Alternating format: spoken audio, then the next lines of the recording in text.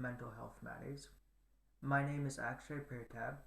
I am a sophomore at RHS, Youth Commission member, and will be moderating this evening.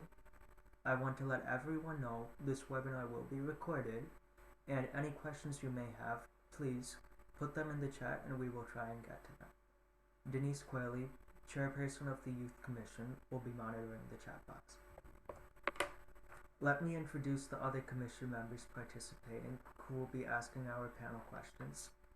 Rian Malhotra is a senior at RHS, Will Nispel is a freshman at RHS, and Vijay Pertab is a sophomore at RHS and my twin brother. Now let me introduce our panel this evening. Chris Priedemann is a teacher at the Worcester School, trained volunteer for the Crisis Text Line, and group facilitator for Ridgefield CG Pride, and Ridgefield Pride Advisory Board member. Nate Carpenter is a licensed marriage and family therapist and the clinical director of the Ridgefield Youth Service Bureau. Olivia Bucci is a licensed master social worker and is the Kids in Crisis Teen Talk counselor at Eastridge Middle School in Ridgefield. Liz Jorgensen is a drug and alcohol counselor and the founder and director of Insight Counseling in Ridgefield. Before we jump into our questions, I would like to give each of our panelists a chance to give some information about the mental health support they provide here in town. Let me start with Liz.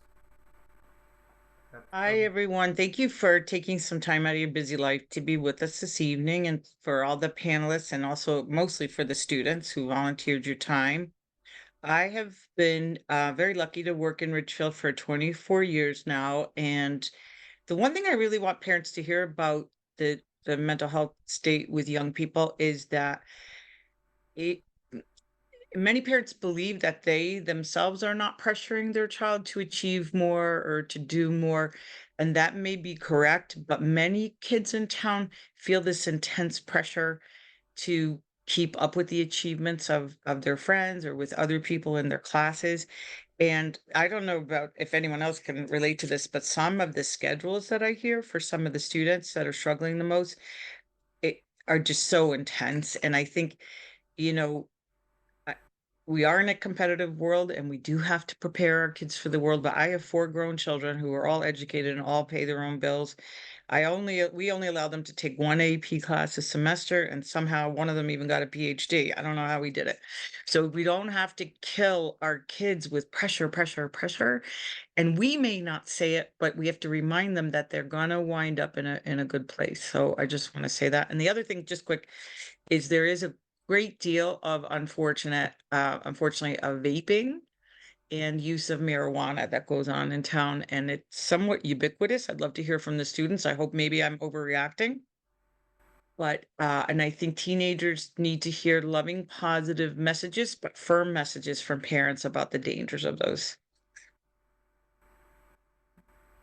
Uh, thank you. Olivia?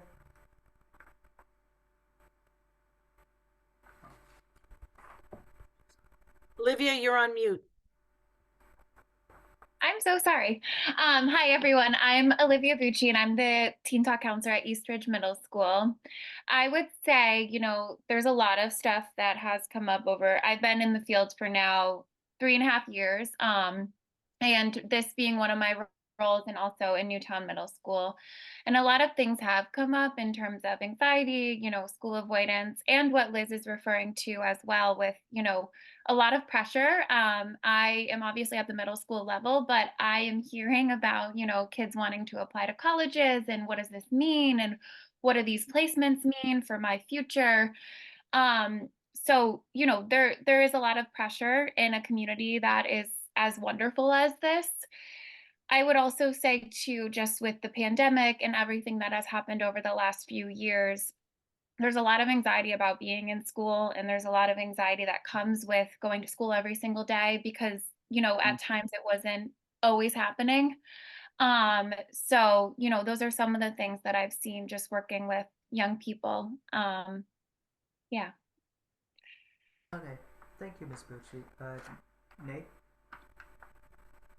Hi, everybody. I first want to thank the Ridgefield Youth Commission and Denise for having this panel. I think this is a very important topic, and I appreciate everyone who's here to listen to us, and I look forward to the questions later on.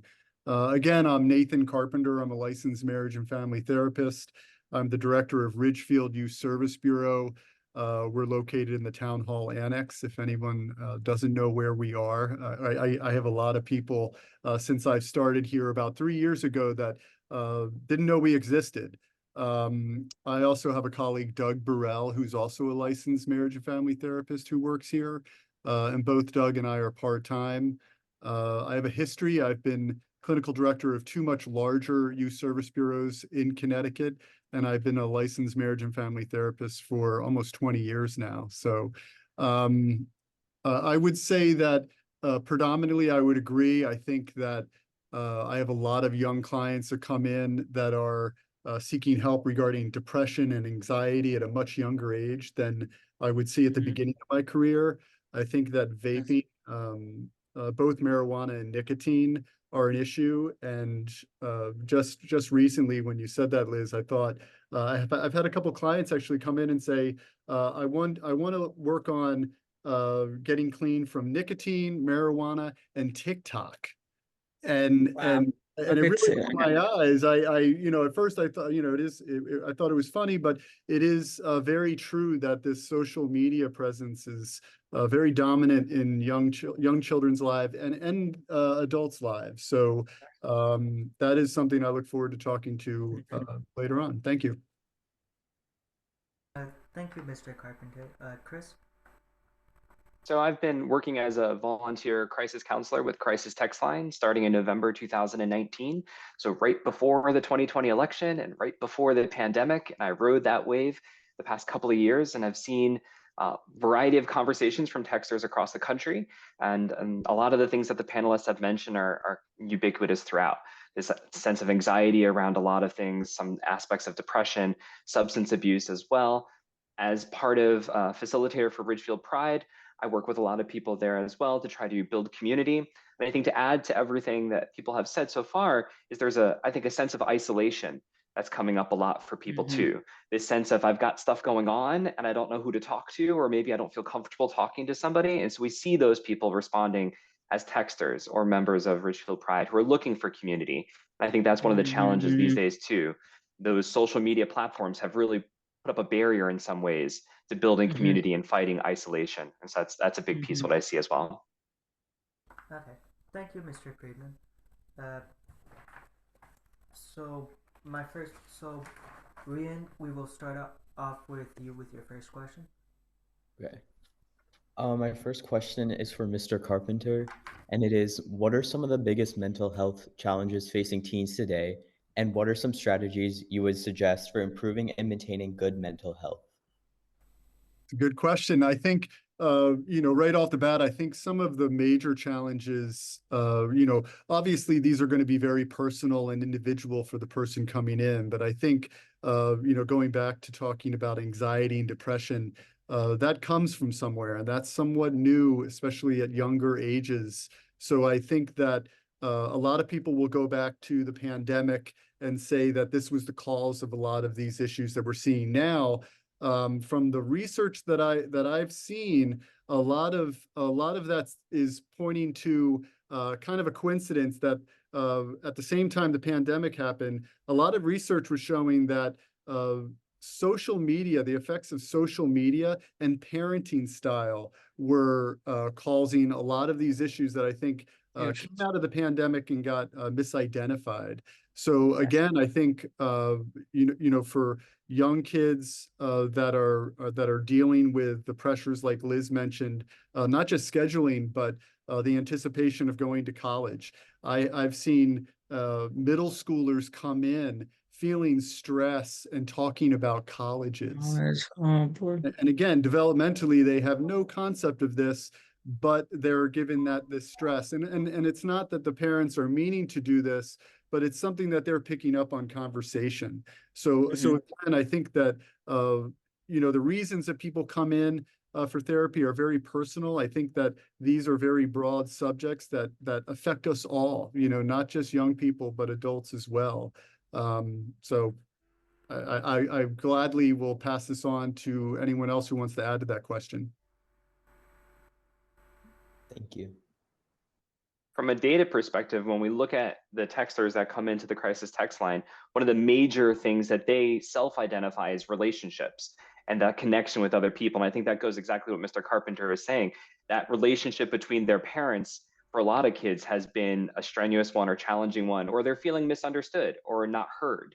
I think that's a challenge too of trying to help people through those moments of recognizing that vulnerability is important, both for parents to kind of demonstrate and model vulnerability in those conversations, but also teaching your students how to have those sort of skills to be vulnerable and to be open about what's going on. I love what you said, Chris. I just want to add one quick thing for parents who want to, because I'm assuming it's more parents on tonight than students, even though we have a lot of students participating. I think it's very, very powerful for you to try to remember what it was like to be in middle school or high school yourself, and remember how anxious you felt, and how much social worries and concerns could stress you out and distract you. And I always, when our kids were young and still at home, I would tell stories, mostly true. Sometimes I'd leave out some of the details about difficult things in my own adolescence and times I screwed up. And parents think like, oh, if I say those things, my kids will have permission to screw up. I got news for you. A teenager's gonna screw up, and that's how they learn. And so there you go. But to be able to say like, oh, I feel so badly for you. I remember when I had a broken heart in high school. I wish there was something I could do to take it away. That's what you have to say to your child. Not like, listen, you're gonna date 5 more people before you find your partner. Parents sometimes say things like they really mean to take away the pain, when in fact it's better for your child's mental health to join their pain and just empathize and try to humanize it, that that's going on. The other thing I just wanted to share, because unfortunately I've been obsessed about the data, about the mental health crisis. It looks they're calling it an Anglo crisis internationally, that countries that are more developed, EU, Europe, Scandinavia, the United States, Canada, the teenagers are suffering greatly, girls a little bit more than boys. And you're right, the data was showing that this trend has been going on since like 2010, really, that the epidemic exacerbated things and made us all sit down and maybe pay attention. But parents, to make the mental health of their children better, always lead with love. When your kid comes home, don't ask them what their homework is right away. In fact, don't even ask them what their homework is. That might be a nice, thing. And try to just remember and empathize with how hard it is to be a teenager. And the reason I brought up that it's an epidemic all over the world is it kind of takes away the personal blame. Like, and we're trying to figure out. And one of the concerns is culturally, the countries that don't have a mental health crisis are much more what they call we cultures. So the Asian countries, where in general, I'm talking to Joe, where there's an emphasis on family and taking care of elders, and people think of the group first before their own interests. They have been a bit inoculated from the mental health crisis exacerbated by social media.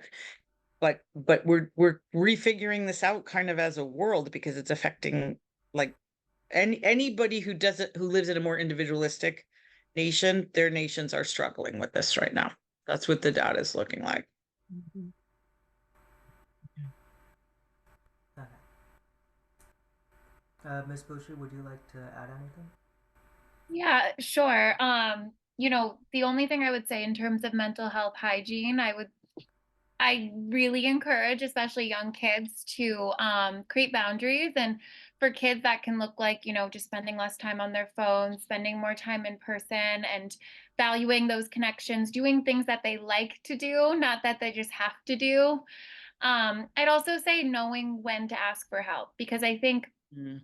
in this world, and also within this age group of like middle school, high school, it can be really hard. And also there's a little bit of shame that's connected with asking for help, but you don't want it to bottle up. And we sort of want to validate that experience, that when you do ask for help, things typically get better. So Yes. Thank you.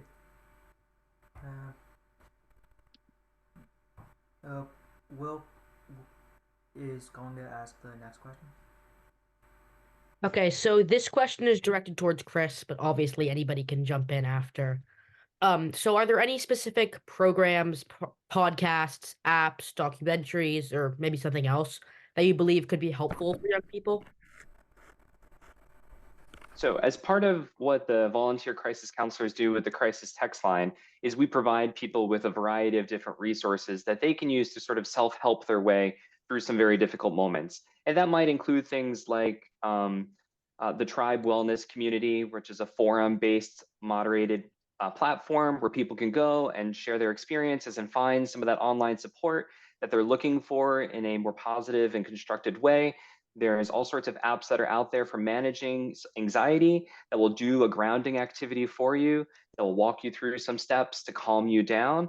And then also you could text the crisis text line. So 741-741 or even 988, the National Lifeline. And a counselor can walk you through a grounding technique. And oftentimes we find that even just taking the time to take some deep breaths and focus on where you are and the things that are around you and your senses can bring people from fairly heated moments of distress back down to a calm place where they can engage with music or a movie, and that'll bring them back out of that into a space where they can start to relax and hopefully get back to rest or sleep. So there's definitely a variety of tools out there, and we'll have a number of links at the end of the presentation as well. I don't know if anyone wants to chime in on some other local resources, perhaps.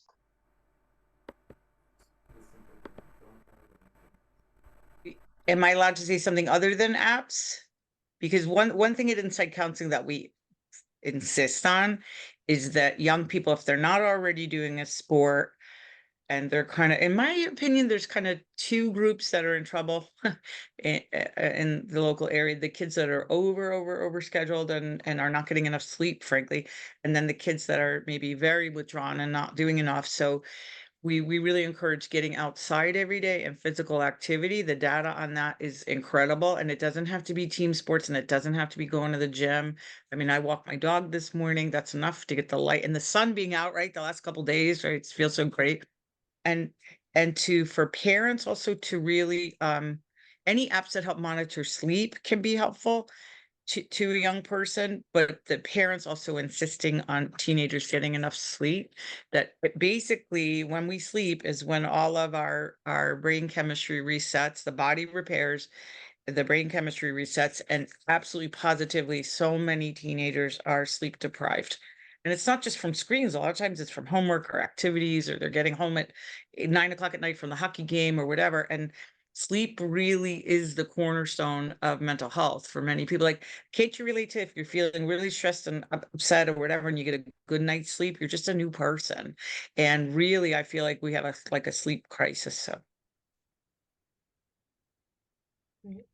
I'm just going to piggyback real quick on what Liz said. I think going into sleeping with your phone, when you have your phone in your bedroom, a lot of young people will they'll turn notifications off, but the phone will buzz.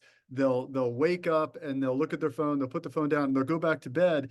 But what a lot of research is showing is that's pulling them out of REM. That's pulling out of them out of the deep sleep. And in some cases, they're sleeping, but they're never reaching that level of sleep where you get that restorative feeling and that energy when you wake up. So you wake up tired. So I definitely agree with Liz on the importance of sleep. Thank you. Ms. Bucci, do you have anything else? I'm having trouble the hearing, honey. Sorry. Oh, go ahead. Sorry. You're having trouble hearing me, or no? No, it's fine. The only thing I was gonna say is I was in a training today, and the Calm app was brought up, and I know sometimes people talk about that being like, a little bit pricey, but I know there's free stuff on there too, where, like Chris, what you were saying with like grounding exercises. I mean, I know we also want to refrain from the phones, but if it's, the only way or the best way, the most convenient way, it's an option too. Mm-hmm. And I think for a lot of people, it's a stepping stone. It's that recognition of, okay, there are things that can help me make me feel better in those moments. And maybe I want to feel this way all the time. And connecting then with mental health professionals to look at some of the ways that you can kind of go about that. Some of those apps are a nice way of kind of an entry point into mental health and thinking about what's going on with yourself and how do you make yourself feel better on a regular basis. Okay. Thank you. So our next question is from Vijay.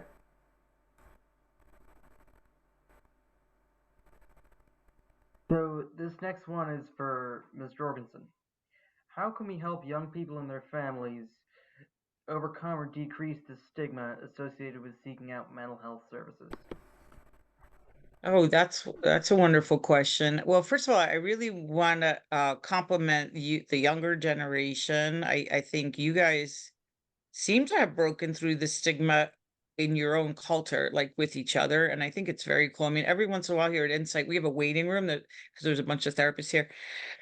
Every once in a while, I'll go out to greet my next client and they've brought a friend with them. And they'll say, my friend's really down today. Like I wanted him to see, like a lot of boys will do this. I wanted to see it's nice here and everybody's nice. And like that never happened more than 10 years ago.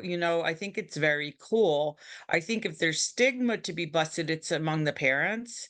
And I think listen, I think our culture is evolving.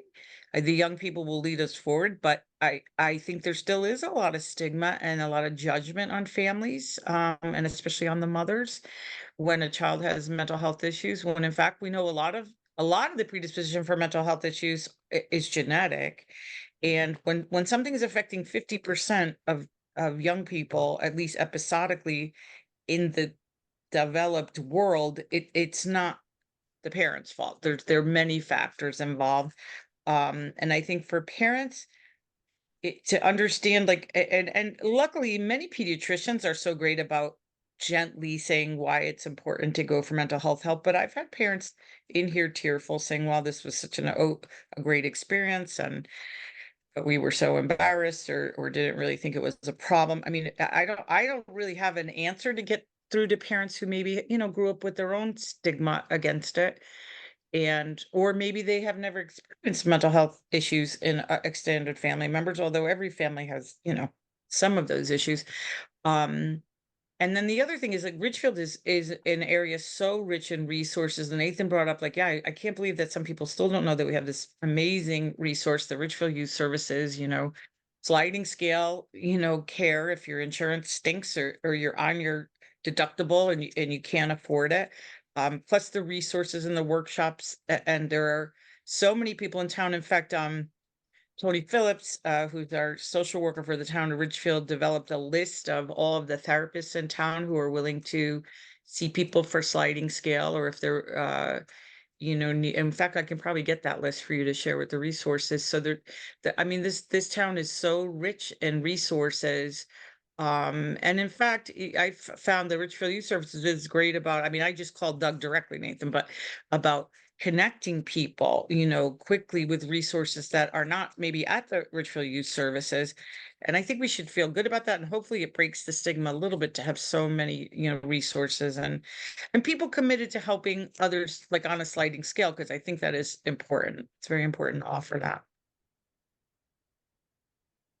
And thank you, Liz. And I will add that, a lot of times there's been this mainstream acceptance of therapy. So this has created, and the pandemic definitely had this effect where there's not enough therapists in terms of getting services, especially if you're using an insurance like Anthem or United or Cigna.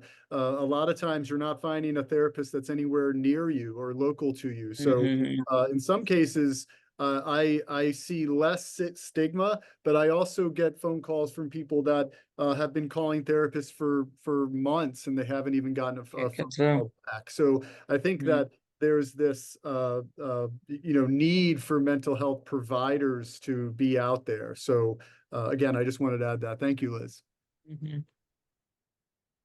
And can I just say something for consumers? Insurance companies in Connecticut have to allow families or any patient to access licensed providers that are not in their network. If the network is full, people don't know that that's the law, but we help people all the time with that, getting their insurance benefits. But I think you're right, Nathan. I think it's more so a financial stress on families maybe than a stigma. I think substance use is still more of a stigma than mental health in an interesting way. I think that's a little bit more of a stigma, which is interesting because that's the most common thing that people go to therapists for is for substance use disorders, which we have very really effective treatment. So it's too bad that there's a stigma about walking in the door. Thanks, Ms. Jorgensen. So our next question is from Rian. Yeah, so my next question is directed to Olivia, and it is, what suggestions or tools do you recommend to help teens maintain a positive relationship with social media? Ooh. You're on mute, Olivia. I do think that this is a hard one. Social media is obviously such a big part of all of our lives, and parents too. I know that's how we, connect with other people, especially people that you don't see or you don't have access to in your towns. I do think students that I work with that don't have access to social media sometimes can feel that sort of isolation that we're all talking about, especially when they're not able to go with their friends and that kind of thing.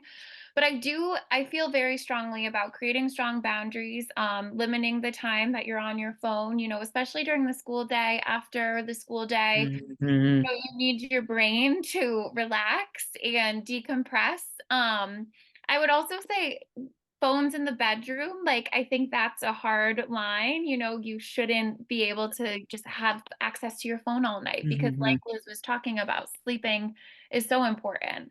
With the students that I work with, I like to remind them that, the things that are shared on social media are typically the highlight reel of people's lives, and it's not always accurate to how they're feeling inside. It's not always, a telltale sign of what's really going on for them.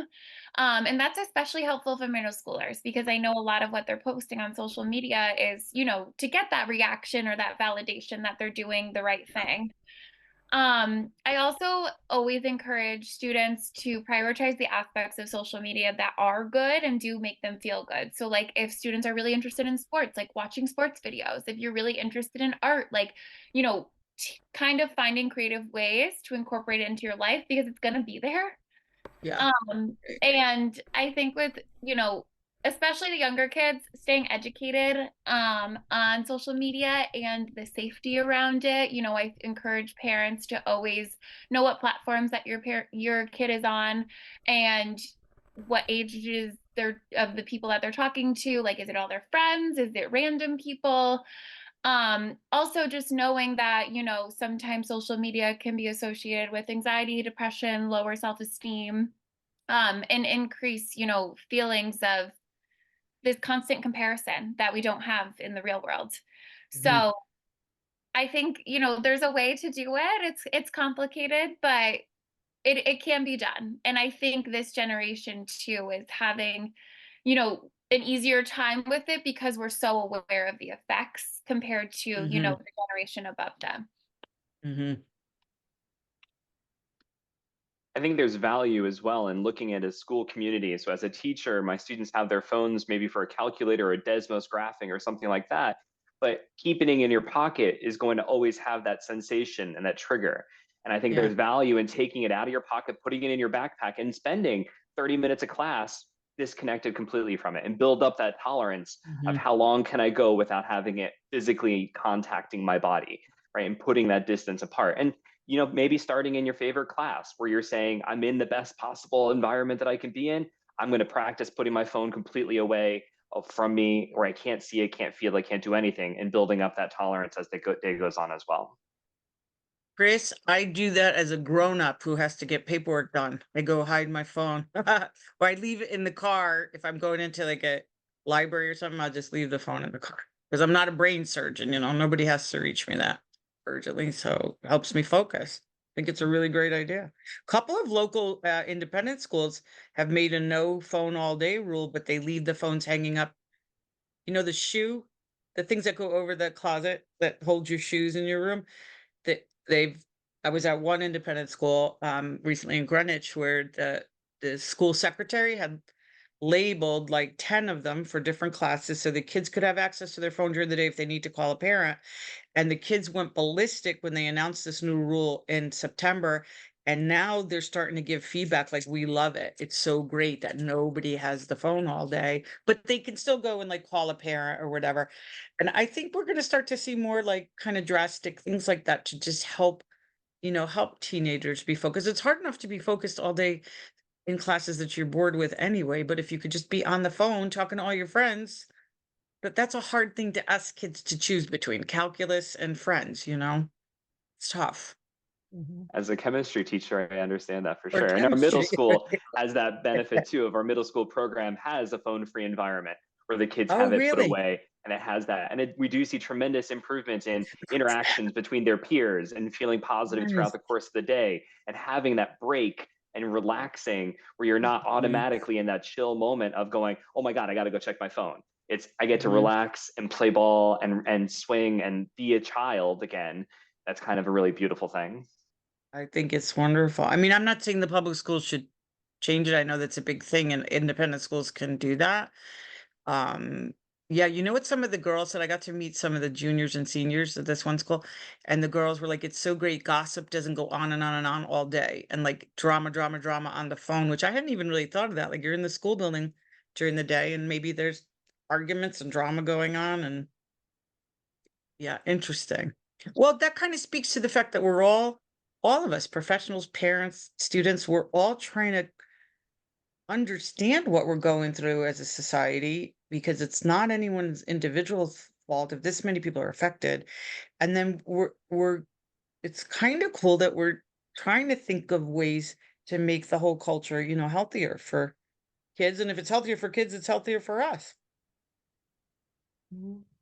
Going off Liz's point too, I always say this, but the more time that you spend on your phone, the more likely it is that you will have negative exchanges with friends. I think it's very easy, especially, with middle schoolers with, they're not always comfortable confronting their friends about certain things. And sometimes, they can go behind the phone and say it in a more harsh way or not quite get the point across or send it to someone else or screenshot. Oh, I the worst. So I always like to say that. And for parents too, just modeling the same behavior. Like when you're at the dinner table, no phones, like this is time to connect with family. And, when you're talking with your child, not having a phone present is, a nice way to remind them that the in-person time is the most important and the most crucial to Yes. all our relationships. Okay. And I'll just jump in. I could talk about social media and screen time all night. I think it's a very interesting subject.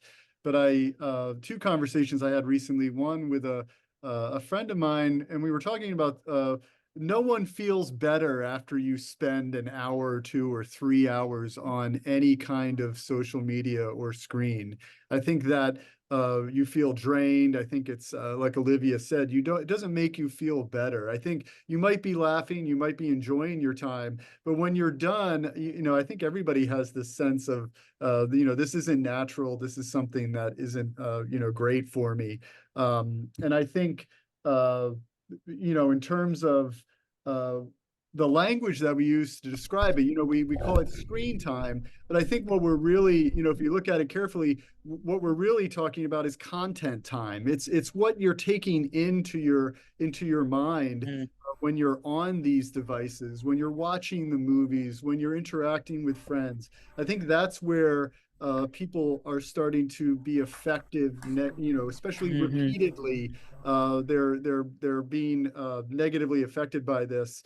And that's being recognized, as we speak. The DSM doesn't have a diagnosis for this screen time or social media. They do have one for gaming addiction, but which comes close. It has some of the similarities to what we're experiencing with screen time. But again, I think there's a part of us that we all feel that if we go on TikTok for too long, you don't feel great after you do that. I'll interject with one question that someone mentioned, and it's kind of related to this, that they were curious to know, are schools or are kids in general replacing phones with their computers? Are kids chatting on their computers instead? Kind of speaking to what you're saying about screen time. Yes. I can, yeah, yes. I was going to say Chris. Yes. So the challenge there is that you're telling them put the phone away. They're very willing to, because the apps that they're talking on can all be put on their computers. And so while they have the work up there, they're more than willing to engage then with all of those notifications that are coming flying in from everyone in their world. And so we've seen a huge shift even for our students, where they'll say, listen, I got to get this done. Can I give paper? Right? Can you give it to me on paper so that I can do what I got to do and not be distracted by my computer? Right? And they're recognizing that there's challenges there. And as much as we want to go green and we don't want to be killing all the trees, there's value still to going back to a piece of paper and a pencil. You learn better that way. You're less distracted that way. And it's just a better experience for you overall. And so there is, I think, a balance that needs to be struck between you're throwing all the assignments out by Google Classroom or all the other apps, or we use Altitude Learning, a lot of variety there, but nothing's going to beat a piece of paper and a pencil where you can really focus on what you're looking at. Very helpful. Go ahead, Akshay. I think we have a next question. Okay, our next question will be from Will.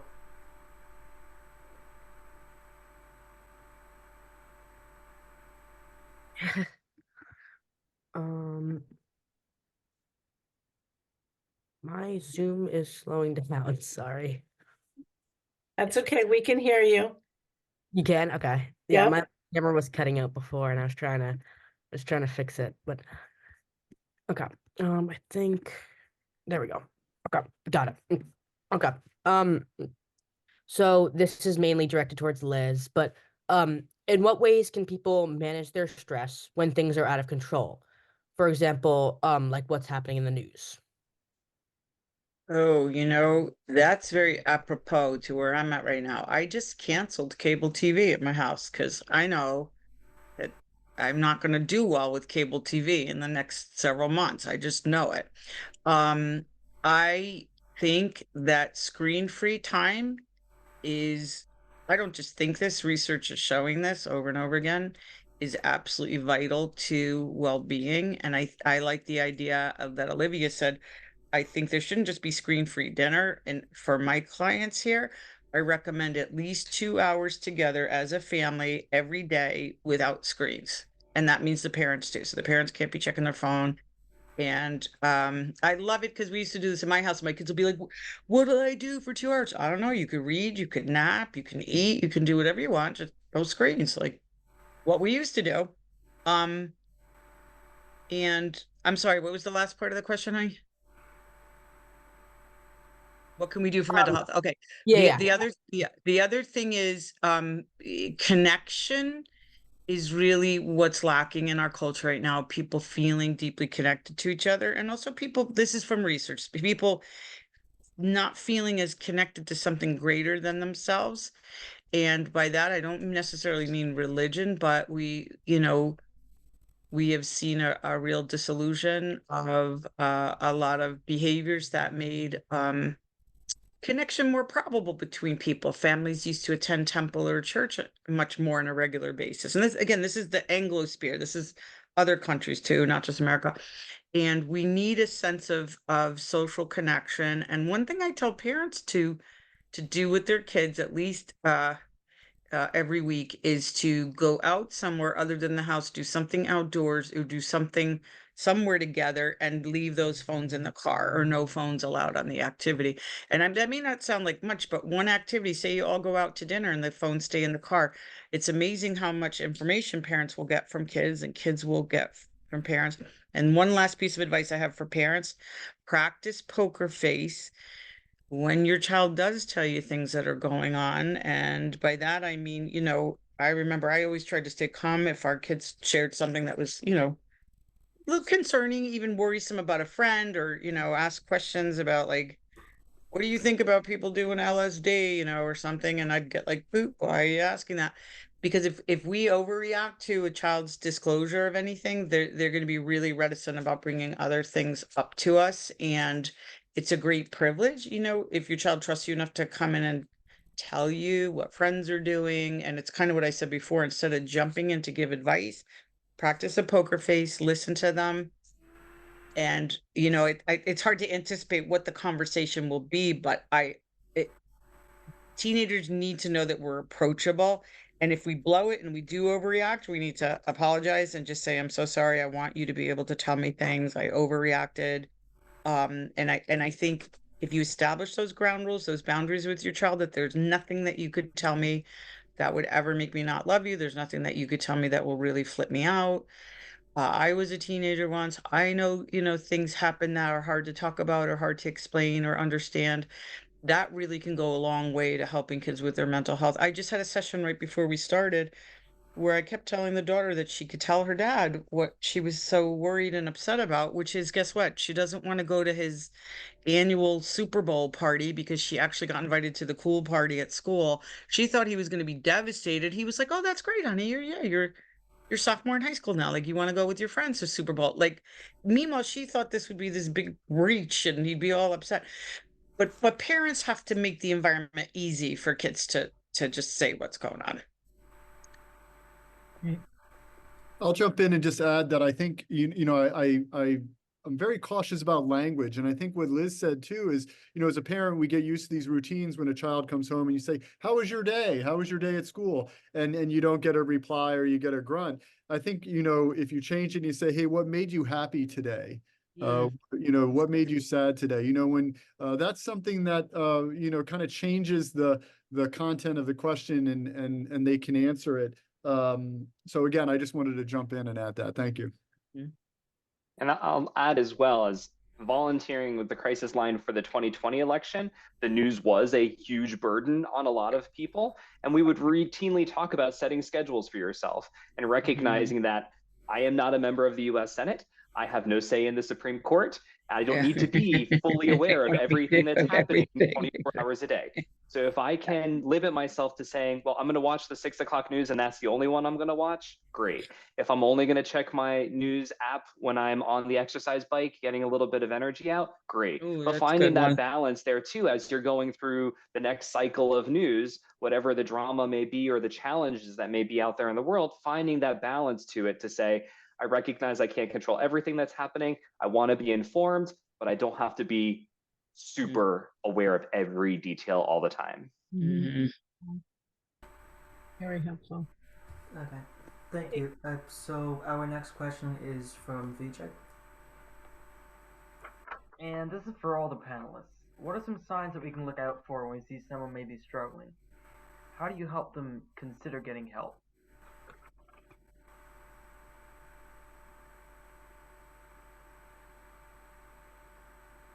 I think you asked the question, if someone's struggling, if this is a friend that's struggling and that they need help, and how do you go about doing that?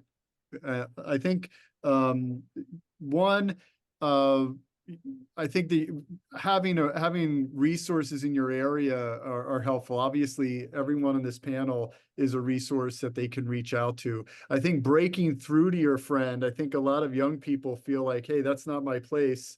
But I think you have to trust yourself if you know someone and you feel like they're going through something or their behavior has changed at school. I think that's a natural feeling. I think that you could take that and ask a school counselor or talk to kids in crisis teen talk counselor, reach out and let someone know that this person's struggling. I think that sometimes that's difficult. Sometimes being a friend and being close to somebody, there's a lot of hesitancy there. I can see that. But I think that makes you more of a friend if you go out of your way to try to talk to an adult and make a referral to someone who can possibly help that person. In the end, that just makes you more of a friend. I can speak to the. Oh, I'm sorry. Go ahead, Olivia. Go ahead. Oh, you go ahead. You go ahead. No, go ahead, honey. Sure. I was just gonna say some of the signs that I typically hear from kids is like they're less engaged in conversation, sometimes not eating, looking more tired, not really being their same happy self that they were maybe a week or even a month ago. Checking in with your friend is always important, but there are a lot of resources regardless. And as Nate said, there's a teen talk counselor in my school, obviously, it's me.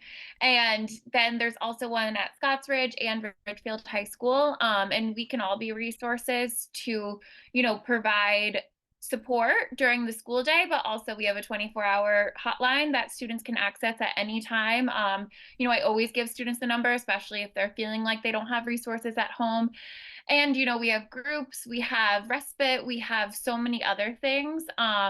We have the Lighthouse group for LGBTQ, and anyone can access it. And, it's in Ridgefield, it's in Darien, it's in Westport. So things like that. And, once you connect them to something, there's like a million resources that can follow, if that makes sense. So. I was just going to say the power of a peer saying that they're worried. I don't know if it's like the MasterCard commercial, like it's priceless. And we run group therapies here at Insight, and honestly, most of the breakthrough moments are not the therapist suggesting things to the teenagers or confronting them. And some teens come in here, they have very worrisome issues going on, and they may be engaged in dangerous behaviors. If a peer that they respect in the group says, and they often say like, yo, man, I love you, like, what are you doing? And they could even use more expletives and whatever, but sharing love and worry.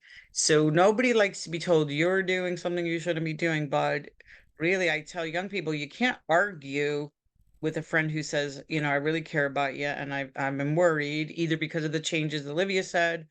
And sometimes the signs are pretty obvious, like a lot of young people who are very depressed may engage in like self-harm, cutting behaviors. I know that's an issue. A lot of times kids will see that a friend has cuts on the arm, not know what to do. To Olivia's point too, there are trusted adults in all the schools. Like you can go and ask one of the teen talk counselors or a guidance counselor or the school social worker, like, how do I handle this? What do I do? And the school people and the kids in crisis counselors have ways of getting help for a friend without letting them ever know that you went and said that you were worried about that person. We have sneaky ways of doing that. And then I want to say there's at least, because I got the questions in advance, so I was looking at this. There are at least 11 cases that I can remember of kids at Insight where a friend literally saved their life because they either shared something on social media, whatever, a suicidal thought or plan, and the kid reaching out and calling family or calling a crisis line or whatever and saying what was going on, like, save someone's life. So it's a really powerful thing. I know young people worry that they would lose a friendship over it, but I haven't seen that happen. I mean, it may happen occasionally. I've never really, maybe the school-based people could say more. I have not seen it happen. I mean, usually it strengthens a friendship. Like, I mean, your friend would be upset maybe if they weren't ready for help at first, but they come around and understand it as a very caring thing you've done for them. Great. I would certainly agree with all of that. And I'd echo the call to reach out, trust your gut. You all are around your friends a lot. You see each other a lot. You have that sort of baseline sense of who they are and how they act. And so rely on that gut sense to go, something feels off, something isn't quite where it needs to be. And reach out to a teacher and say, hey, something's not right here. And maybe they'll pass it on to the counselors, to social workers, to those people in the community who could reach out to the student and get that support that they need. But you know your friends well enough, I think, to know when something is off and something needs to be looked at. Mm-hmm. Okay. Thank you. So our next question is from Rian.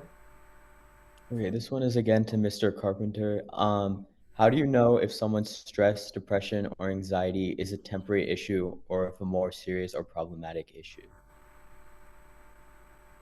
That's a good question. I think the longer you know someone, the better you understand them. I think that if we're talking about when their stress or their depression reaches a point where they should seek help, or you feel like I think that's the question.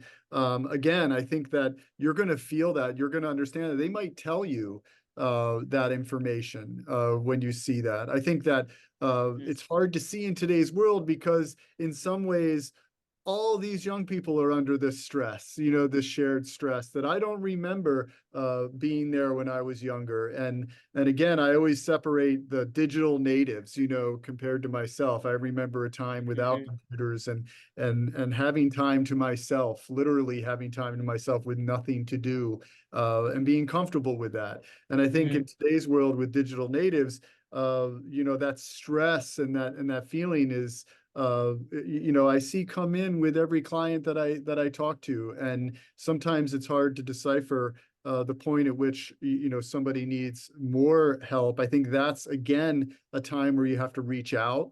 I tell young people, again, school counselors, we have a great clinical staff at our school system that are there to do just this. As well as the kids in crisis, teen talk counselors.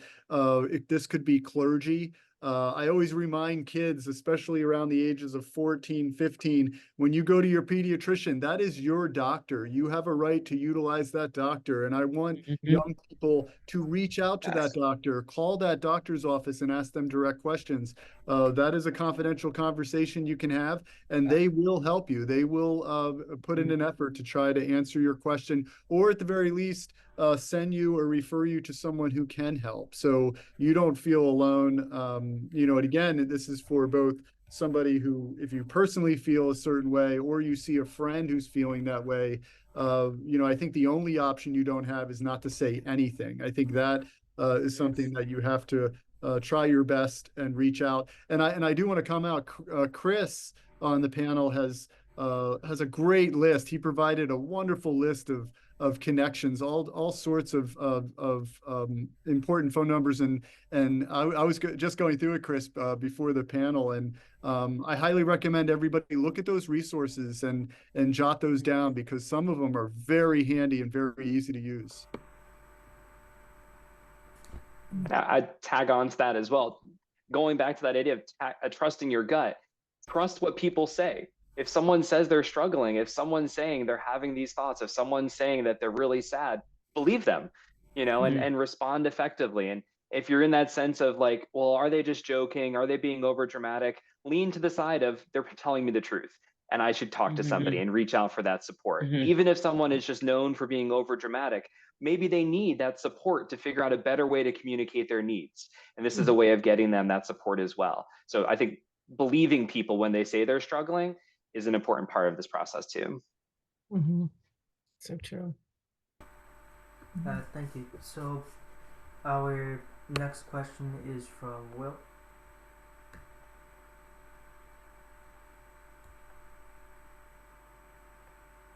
Okay, so this is also to Liz. What role does substance use play in mental health challenges? Oh, that's really the question. So I'm just going to be a Debbie Downer and tell everyone that marijuana does not help anxiety or depression. It can feel like it helps because it makes you forget for about an hour that you have anxiety and depression, or if you already have anxiety, especially the very strong, potent THC products that are available right now to young people, edibles, and also carts that are like, it's like a electronic device that delivers very high potency THC with almost no smell, and like a nicotine vape device, like a Juul. The dosing is so high, it often will give people with anxiety severe anxiety attacks. However, even if they don't have anxiety attacks, what happens is if you drink or if you smoke or if you do drugs to manage mental health issues, you wind up getting a rebound effect. So then when the substance use fades, your natural brain chemistry has been altered. And because of homeostasis, your brain's then struggling to get back to normal. So you wind up being more depressed and more anxious biochemically from the use. The other thing is, unfortunately, we have mounting research proving this. The very strong THC products available. Because I mean, everybody thinks weed is benign and like it's going to solve all our tax problems or whatever. I don't know what the latest promise is. It's not benign. It really affects in mental health, and it looks like the high potency weed actually can cause depression. and can bring somebody who's already depressed to the point of feeling suicidal. And the number one substance that we treat people for here at Insight is weed. Some kids ask for help quitting. Often they've gotten in trouble, gotten caught at school, etc. Alcohol. I want to talk about alcohol too, because alcohol is absolutely a central nervous system depressant. It makes both depression and anxiety worse, but at least for the time that the person's under the influence of alcohol, it can actually mask and squash a lot of the symptoms of anxiety. But again, you have this rebound effect. I just sent a lovely gentleman to a rehab this morning who had something really awful happen in his life. He never abused alcohol when he was younger, got terrible anxiety from this awful thing happening, and got himself into a pattern of self-medicating with alcohol. Now he's an adult, he's a young adult, and basically got physically addicted to alcohol from what started as kind of an innocent pattern of, gee, I got to take the edge off from this horrible anxiety. So the point is, people with substance abuse issues can make mental health issues worse biochemically and behaviorally. Plus, they do things they feel ashamed of, and then that's part of the cycle. And people with mental health issues that are thinking, I don't think anybody ever says like, "Oh, I'm so depressed today, let me smoke weed." It's more of a accidental finding of an experience with a substance that temporarily relieves someone from really feeling horrible.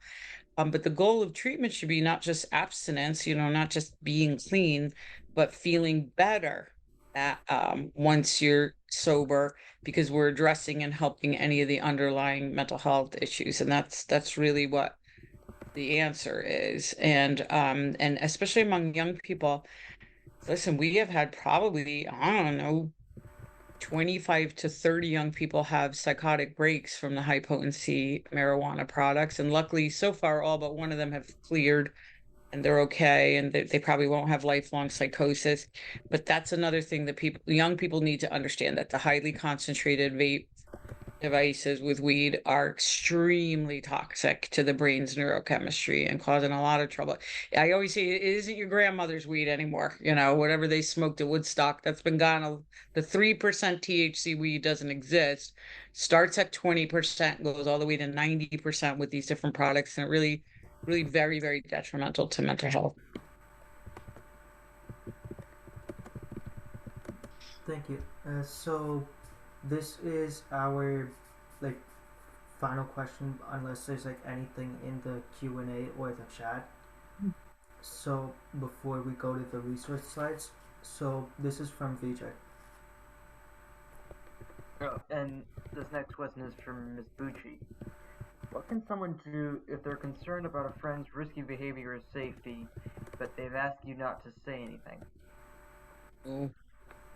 So, I think we did cover, the resources that are available in school and sort of how to get your friend connected to someone if they are, they're seeing signs and there is, clear evidence that they need help.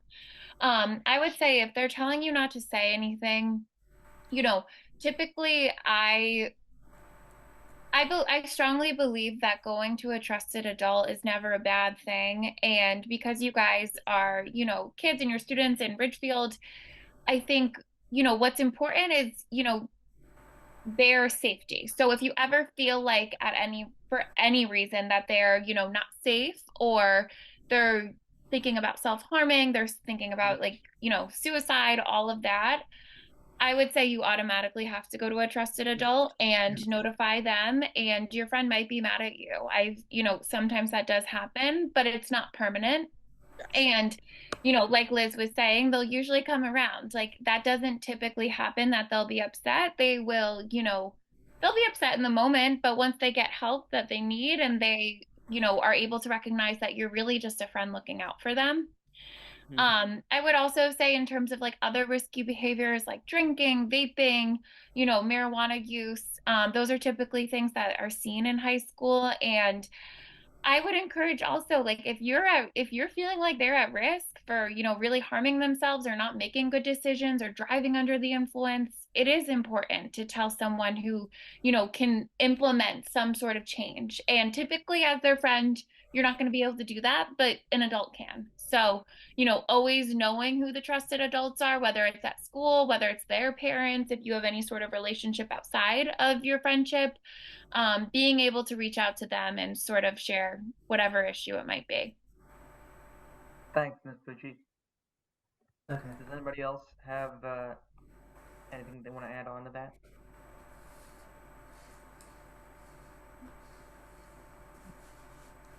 Okay, so does anyone have anything else they want to add on to that? Or No, I think that's good. okay then, Ms. Quayle, do we have any other questions in the chat or in the Q&A section? There was one other question about computer use and phone use, but I think you guys really covered it. But then, AJ, there was one here about addressing safety. Some universities are concerned with potential challenges of students harming themselves on campus. So they immediately move students who mention their desires and harms outside the school property. I guess if there's a crisis on school campuses, maybe Olivia and Chris could speak to when there's a safety concern on the school grounds, a mental health crisis. The obvious goal is to make sure everyone's safe and that everyone in the community feels safe and that they trust the community to stay safe. And I think there are moments where people become anxious around the idea of, well, if I tell someone what's going on with me, I'm going to get removed from maybe a place where this is my safety zone. Yes. And that might Yes. be on a temporary basis that, yeah, sometimes you got to really focus on you and figure out what's going on and get that support that you need. That's only so that you can be the best community member you can be and rejoin that community in a way that's beneficial for you and beneficial for others around you. And so I think if you're feeling some type of way where that's low or in a struggle and there's that threat aspect, reaching out for help early and getting that support can help keep you in the community that you want to be in. It's where you start to bottle things up and then you try to hide it constantly. And that burden of trying to hold yourself together without getting caught in your sort of distress is where things really start to fall apart, and where then people start saying, maybe you need to take a little bit of a break to really work on some of these things. So opening up early, connecting with those supports early, I think is a really positive way to ensure you can stay in your community and get everything that you want out of it. Mm-hmm. I just want to add to that, it's extremely rare.